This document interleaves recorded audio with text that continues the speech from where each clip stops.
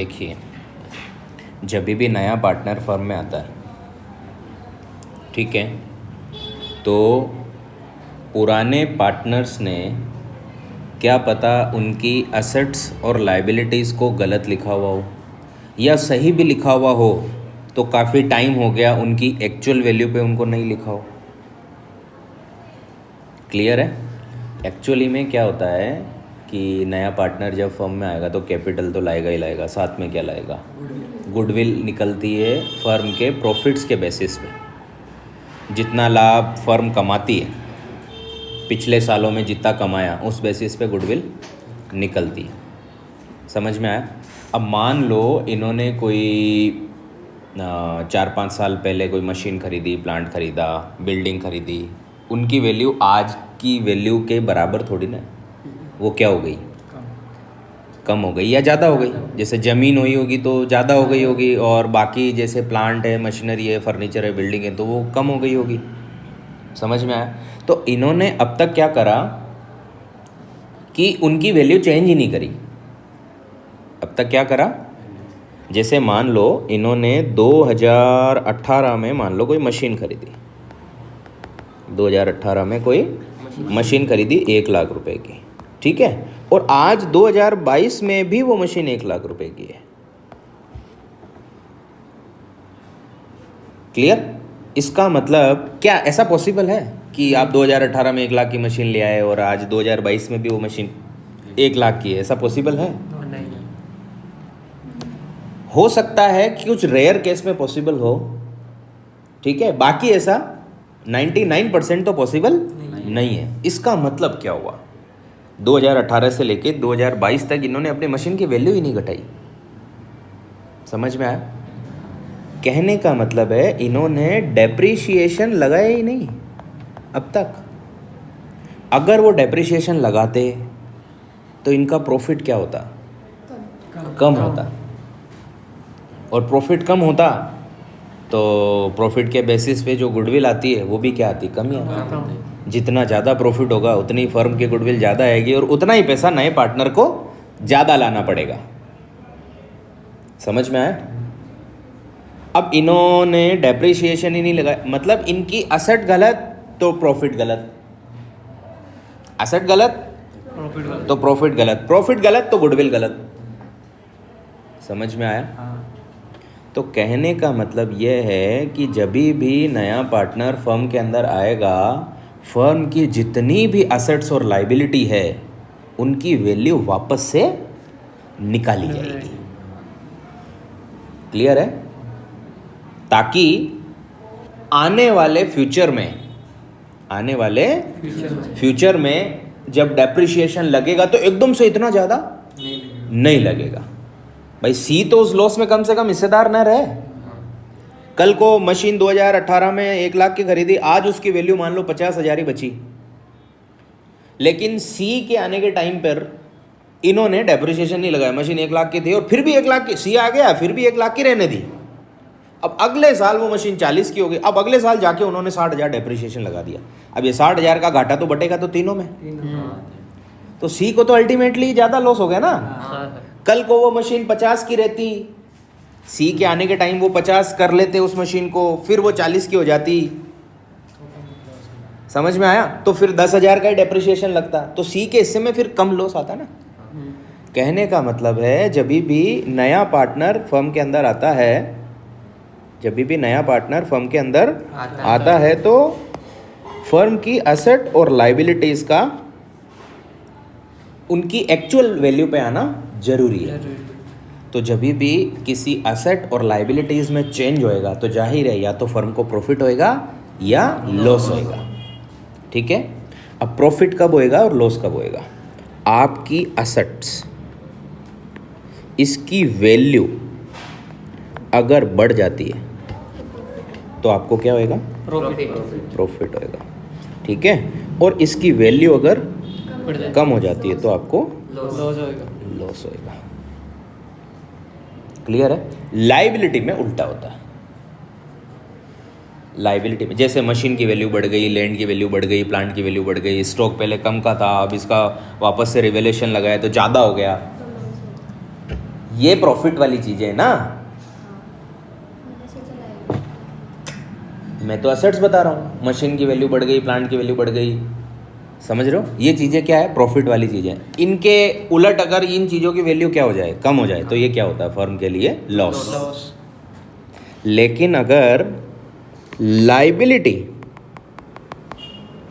Liability की value बढ़ जाए तो ये फर्म के लिए लॉस होता है। जैसे क्रेडिटर, बिल्स पेबल, ये हमें चुकाने रहते हैं, ये हमें चुकाने रहते हैं। अभी क्रेडिटर है आपके 80,000 के, मतलब आपको पता था कि हमें बाहर हमारी जो उधारी है वो 80,000 रुपये चुकानी है। अब आपको बाद में पता पड़ा सी के आने पे, वापस से हिसाब किताब लगाया कि भाई आपने हिसाब कौन कौन कितने रुपए मांगता है वापस चेक करो, तो वो निकल गया 90, तो 10,000 का क्या हो गया? नुकसान ही है आपके। तो असेट बढ़ेगी प्रॉफिट है, असेट घटेगी लॉस है, लाइबिलिटी बढ़ जाएगी लॉस है, और लाइबिलिटी अगर घट जाए तो आपको होता है प्रॉफिट होता है। समझ में आ रहा है? तो कहने का मतलब है कि अगर आपको लॉस है या प्रॉफिट है, इस लॉस प्रॉफिट का प्रभाव किसकी कैपिटल पे पड़ेगा? ओल्ड पार्टनर्स की कैपिटल पे। नया पार्टनर तो इन लॉस प्रॉफिट में हिस्सेदार है ही नहीं ना, क्योंकि अब तक तो वो पार्टनर ही नहीं था। समझ में आया? तो अगर सारी एसेट की वैल्यू, लाइबिलिटी की वैल्यू वापस से निकाली जाएगी, तो कहीं पे लॉस भी होगा तो कहीं पे प्रॉफिट भी होएगा। समझ में आया? अगर प्रॉफिट ज़्यादा है, लॉस कम है, तो अल्टीमेटली प्रॉफिट बचेगा, तो वो बांटेंगे ओल्ड पार्टनर्स, और लॉस ज़्यादा है, प्रॉफिट कम है, तो अल्टीमेटली लॉस बचेगा, वो बांटेंगे ओल्ड पार्टनर्स। कहने का मतलब है रिवैल्यूएशन से, जिसको हम लोग बोलते हैं पुनर्मूल्यांकन, ठीक है, रिवैल्यूएशन से होने वाले लॉस या प्रॉफिट को ओल्ड पार्टनर अपने ओल्ड रेशियो में डिवाइड करते हैं। यहाँ पे नेट अगर प्रॉफिट आएगा या लॉस आएगा, नेट प्रॉफिट आता है या लॉस आता है, इसको कौन डिवाइड करेंगे? ओल्ड पार्टनर इनके ओल्ड रेशियो में, ठीक है। यहाँ सेक्रीफाइसिंग रेशियो का कोई काम नहीं है, ठीक है। नए पार्टनर का भी कोई रोल नहीं है। जो भी चेंजेस होंगे लाइबिलिटी और एसेट में, जो भी लॉस या प्रॉफिट जो भी आएगा वो पुराने पार्टनर का ही होएगा, और वो पुराने रेशियो में डिवाइड कर लेंगे। क्लियर है? तो इसके लिए लॉस, ये जो प्रॉफिट हुआ या लॉस हुआ, वैसे तो आप वैसे थियोरेटिकली भी निकाल सकते हो, लेकिन हम लोग अकाउंटिंग के तरीके से निकालेंगे, तो इसके लिए हम लोग बनाते हैं रिवैल्यूएशन अकाउंट, ठीक है। आपको क्या करना है? अगर लॉस है तो रिवैल्यूएशन डीआर कर देना है। आपको अगर लॉस है तो रिवैल्यूएशन को क्या कर देना है? डीआर कर देना। और अगर प्रॉफिट है, ये तो लॉस है, और अगर आपको क्या हो रहा हो? प्रॉफिट हो रहा हो, तो रिवैल्यूएशन को आपको सीआर कर देना है। समझ में आया? जैसे आपकी असेट की वैल्यू कम हो गई, मान लो मशीन की वैल्यू घट गई, ठीक है, तो रिवैल्यूएशन क्या हो जाएगा? डीआर, क्योंकि आपके लिए क्या है? लॉस, ठीक है। तो आप जर्नल एंट्री क्या करोगे? Revaluation account DR to machinery account,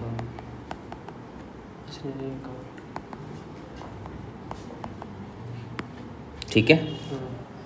ये जर्नल एंट्री कैसे हुई? मशीन की वैल्यू कम हो जाएगी तो आपके लिए क्या? लॉस होते ही रिवैल्यूएशन क्या होएगा? डीआर। अच्छा, एसेट का बैलेंस हमेशा क्या रहता है? डीआर, और लाइबिलिटीज हमेशा सीआर। लाइबिलिटी के जितने भी बैलेंस है हमेशा हमारे पास सीआर रहता है, और एसेट के जितने भी बैलेंसेज है हमारे पास डीआर रहता है। डीआर की कोई चीज़ में अगर कमी हो गई तो वो क्या होगी? सीआर। मशीन की वैल्यू कम होएगी, मशीन सीआर होगी कि नहीं होगी? मशीन पे डेप्रिसिएशन लगाया, आपने 11th में पढ़ते थे, मशीन पे डेप्रिसिएशन लगाया, तो जर्नल एंट्री क्या करते हो? Depreciation account DR to machinery. ये तो रूल है। असेट की वैल्यू बढ़ेगी, असेट डीआर होगी, असेट की वैल्यू घटेगी, असेट सीआर होगी। लाइबिलिटी की वैल्यू बढ़ेगी, लाइबिलिटी और सीआर होगी, और लाइबिलिटी की वैल्यू घट जाएगी तो लाइबिलिटी डीआर हो जाएगी। जो चीज़ डीआर होती है ना वो बढ़ेगी तो और डीआर, घटेगी तो सीआर, और जो चीज़ सीआर होती है वो बढ़ेगी तो और सीआर, घटेगी तो डीआर। समझ में आया? तो आपको ये दोनों ही चीज़ें पता होनी चाहिए। रिवोल्यूशन डीआर हुआ तो क्यों हुआ? क्योंकि लॉस है। और मशीन सीआर हुई तो क्यों हुई? क्योंकि मशीन की वैल्यू कम हो गई। और यही अगर मशीन की वैल्यू बढ़ जाती तो आपके लिए क्या है?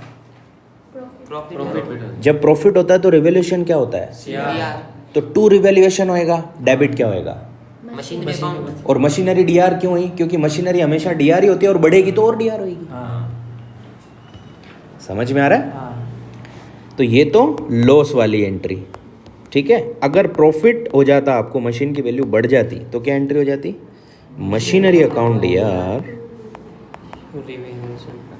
Machinery account DR to revaluation account. Clear है? समझ में आया? मशीन डीआर क्यों हुई? उसकी वैल्यू बढ़ गई। रिवैल्यूएशन सीआर क्यों हुआ? क्योंकि हमारे लिए ये प्रॉफिट है। समझ में आया? क्लियर? अब लायबिलिटी में इसका रिवर्स होता है,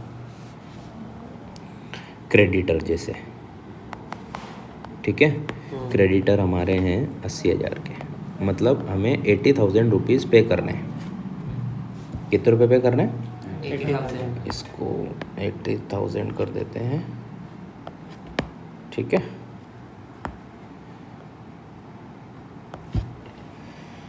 अभी इसको वापस से कैलकुलेट करके और मैं आपको कह दूं अब तो 90 देने भाई, तो आपको क्या है? लॉस। और मैं कह दूं आपको 70 ही देने रहेंगे तो आपके लिए क्या है? प्रॉफिट। रूल वही है, लॉस है तो रिवैल्यूएशन डीआर, और प्रॉफिट है तो रिवैल्यूएशन सीआर। समझ में आया? ठीक है। तो अगर आपके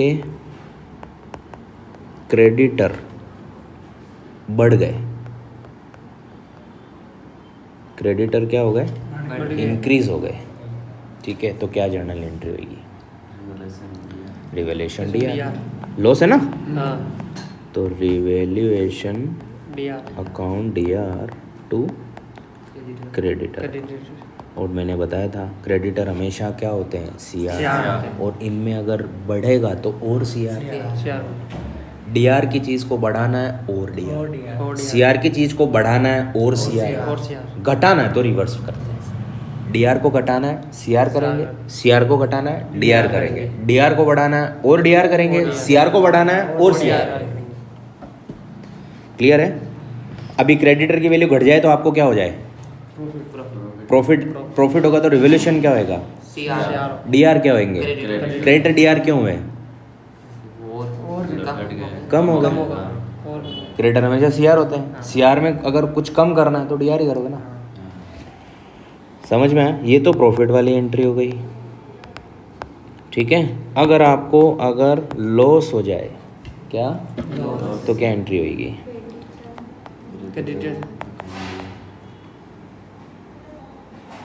नहीं, ये तो लॉस वाली एंट्री हो गई, ये लॉस वाली एंट्री है, ठीक है। यहाँ क्रेडिटर बढ़ गए, ठीक है।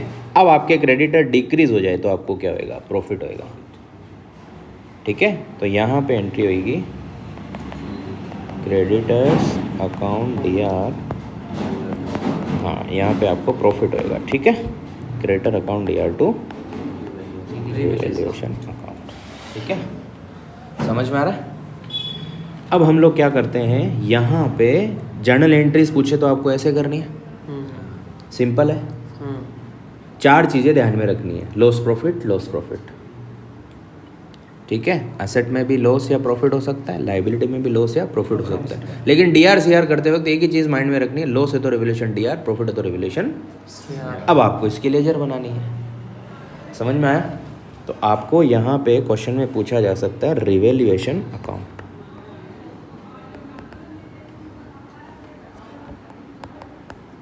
क्या?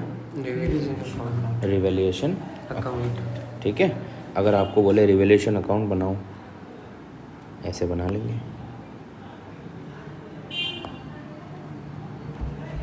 ठीक है।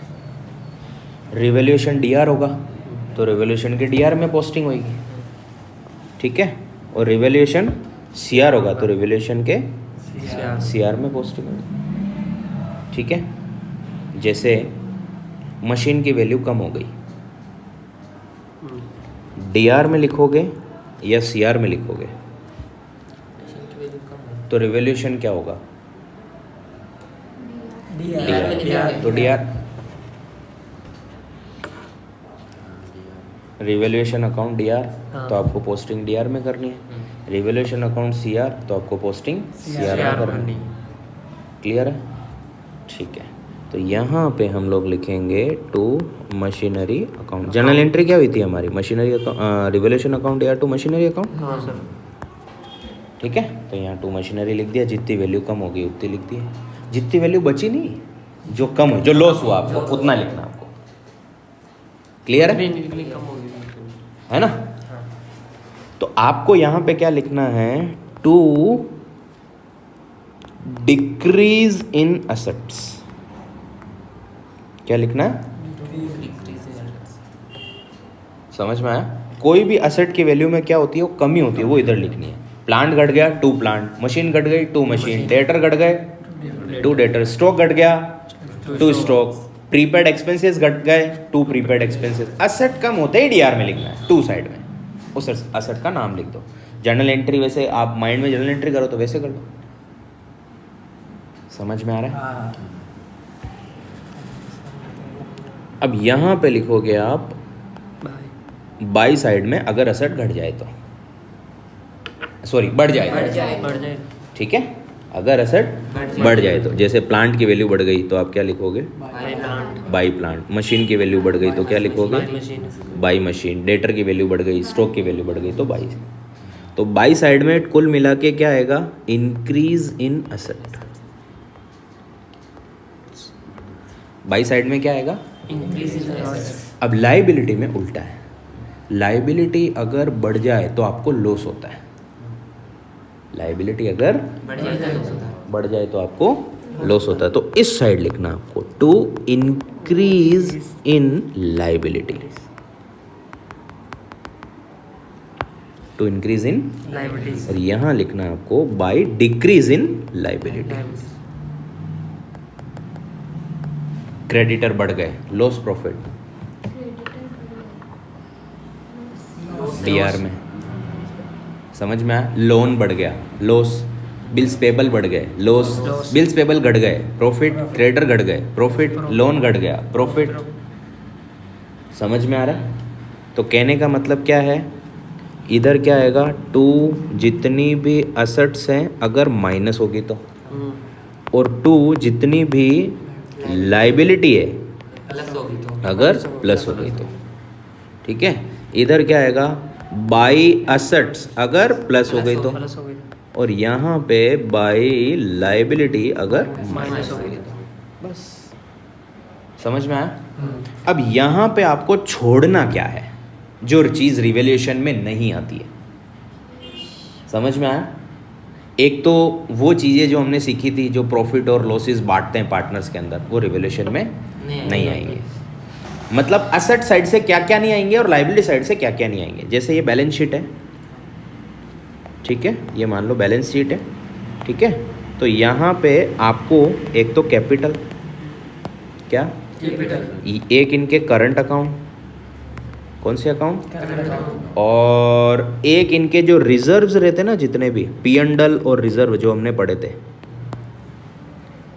इन चीज़ों का हिसाब किताब आपको रिवैल्यूएशन के लिए नहीं लगाना है। बताया था ना, workman compensation reserve, investment fluctuation fund, ठीक है, वर्कमैन कंपनसेशन रिजर्व या P&L का CR balance, DR balance, capital, current account, ये किधर आते हैं? लायबिलिटी साइड में आते हैं ना। इनको आपको रिवैल्यूएशन में ध्यान में नहीं रखना। ये चीज़ें रिवैल्यूएशन के नीचे एक अकाउंट बनता है पार्टनर्स कैपिटल अकाउंट, उसके अंदर ट्रीटमेंट करेंगे इनका। क्लियर है? अब असेट साइड से आपको सब चीज़ें लेनी है। क्या छोड़ना है? एक तो कैश छोड़ देनी है, एक बैंक छोड़ देना है आपको, ठीक है। और कुछ चीज़ें ये वाली जो रिजर्व एंड सरप्लस और P&L का कभी कभी डेबिट बैलेंस भी रहता है। मैंने आपको समझाया था ना कि हम चीज़ें DR तो कर देते हैं लेकिन उसको CR नहीं कर पाते, रिटर्न ऑफ नहीं कर पाते, तो वो डेबिट बच जाती है, इसीलिए वो डेबिट साइड में आ जाते, जिनको हम डेफर्ड रेवेन्यू एक्सपेंडिचर बोलते हैं, मिसकेलेनियस एक्सपेंडिचर्स, फिक्टिशियस असेट्स, कृत्रिम संपत्तियां। समझ में आया? वो बैलेंस शीट में किस लिए आई है? क्योंकि वो डीआर तो हो गई लेकिन सीआर पूरी नहीं हो पाई, इसलिए उनका डीआर बैलेंस बच गया। समझ में आया? तो यहाँ पे अगर फिक्टिशियस असेट्स है, जैसे पी&एल का डीआर बैलेंस है, क्या? और मान लो कोई एडवर्टीजमेंट एक्सपेंसेस है, बताया था ना तुम्हें, एडवर्टीजमेंट एक्सपेंसेस भी बताया था कि बहुत बड़ा एक्सपेंसेस हो गया, करोड़ों अरबों रुपए का एडवर्टीजमेंट कर दिया। अब एडवर्टीजमेंट कहाँ आएगा? पी&एल के डीआर में आप लिख नहीं सकते, करोड़ों रुपए पी&एल के डीआर में लिख दोगे तो नेट लॉस आ जाएगा, फिर आपकी कंपनी में पैसा कौन लगाएगा? आपकी साझेदार कौन बनेगा? समझ में आया? तो कहने का मतलब है बैलेंस शीट से जो चीज़ें रिवैल्यूएशन में छोड़नी है आपको, वो ये चीज़ें हैं। अच्छा, जो मशीन बढ़ गई घट गई, ये चीज़ें आपको क्वेश्चन में दी भी रहेगी, ये इतने का हो गया, ये इतने का हो गया, ये घट गया, ये बढ़ गया, ये सब आपको दिया हुआ रहेगा। तो अब आपको क्या करना है? रिवैल्यूएशन का हिसाब किताब लगाना है यहाँ पे। जैसे पी&एल अप्रोप्रिएशन में लॉस प्रॉफिट आता था, वैसे ही रिवैल्यूएशन में लॉस प्रॉफिट आएगा। समझ में आया? जैसे पी&एल अप्रोप्रिएशन में आप लॉस आता था तो डीआर की टोटल पहले वो की वो सीआर, तो लॉस आता था यहाँ पे, और सीआर की टोटल ज़्यादा है ये वाली, ये की है डीआर में, तो प्रॉफिट आएगा यहाँ पे। क्लियर है? तो यहाँ हम लोग लिख देंगे टू पार्टनर्स कैपिटल या इनका करंट अकाउंट। दो मेथड से अकाउंट बनाते हैं ना, या तो फिक्स्ड कैपिटल मेथड और एक फ्लक्चुएटिंग कैपिटल मेथड। फिक्स्ड में दो अकाउंट बनते हैं, कैपिटल और करंट, उसमें सारे ट्रीटमेंट फिर करंट में करते हैं। समझ में आया? तो आपको प्रॉफिट आए तो इधर डिवाइड करना है, जैसे ए और बी दो ओल्ड पार्टनर है, या ए और बी, लॉस आए तो इधर डिवाइड कर देना, प्रॉफिट आए तो इधर डिवाइड कर देना। ऐसे हम लोग बनाते हैं रिवैल्यूएशन अकाउंट।